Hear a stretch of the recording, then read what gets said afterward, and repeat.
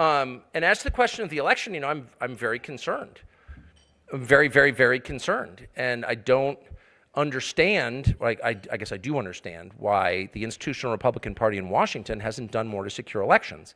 We have this problem of electronic voting machines, which are not more efficient. They don't produce more precise answers than written ballots, and they don't get us the tally quicker than written ballots. So the question is, why do we have them? Okay, that's one area. But the much more significant fact, I would say, is that the way Americans vote was changed completely using the pretext of COVID. And the idea was that Americans were so sick with this killer virus that emerged from a pangolin in a wet market. They were selling mammals in a seafood market for some reason in Wuhan. They were so incapacitated they couldn't actually make it to the polls. And so they needed to have their ballots anonymously picked up in these drop boxes without using voter ID. And had nothing to do with voter fraud at all. It was purely a medical response. Well, now COVID is, of course, still around. It hasn't gone anywhere. Once Fauci created it, it's going to be here forever. But we're not worried about COVID anymore for some reason. But the voting changes remain in place. And it's very clear to me that the point of them was to abet voter fraud, obviously. And I don't think that okay, that's fine, there's voter fraud around the world, but you can't simultaneously claim that you're here to defend democracy and abet voter fraud at the same time. Because voter fraud undermines democracy very obviously, more than anything else, right? If people can't trust election outcomes, you don't have a democracy. And Americans can. And I'm very distressed about it, and I don't really know, but there seems to be no appetite to do anything about it.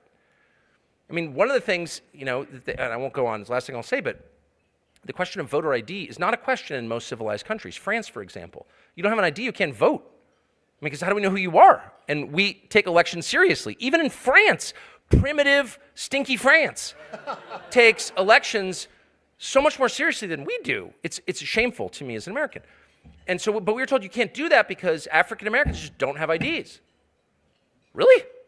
Right. Is there evidence for that? So in my country, you can't do anything without a government ID. You can't cash a check. You can't have a bank account. You can't buy a pack of cigarettes. You can't check into a hotel. You can't get on an airplane. You can't get on a Greyhound bus. You can't do anything without a government-issued ID. Of course, you can't drive a car.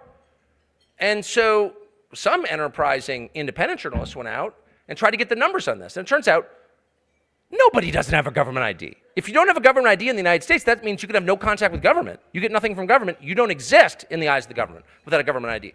So the adult population of Americans of any color who don't have government-issued IDs is like approximately zero. Okay? It's like someone in a nursing home. And yet nobody in the media noted this. And to this day, we don't have voter ID laws in state after state because it's considered racist. And it's yet another example of the way that ruthless people with, I think, evil intent leverage the inherent decency of the citizens of our country to get their way.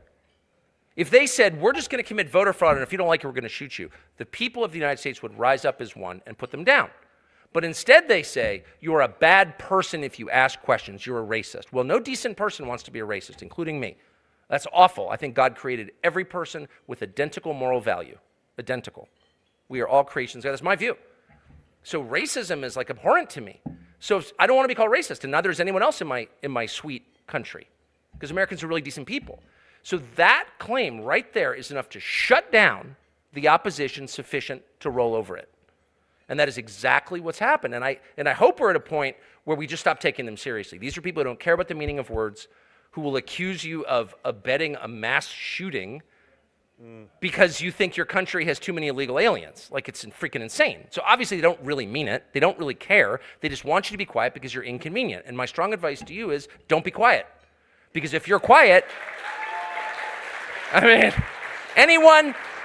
anyone who would force you and your children to take the COVID vax long after it became clear it was neither safe nor effective, anyone who would do that, I mean, what wouldn't they do to you, honestly? Like, they've shown who they are, as far as I'm concerned. Thank you, Tucker. Amazing. Thank you. Thank you. Thank you so much.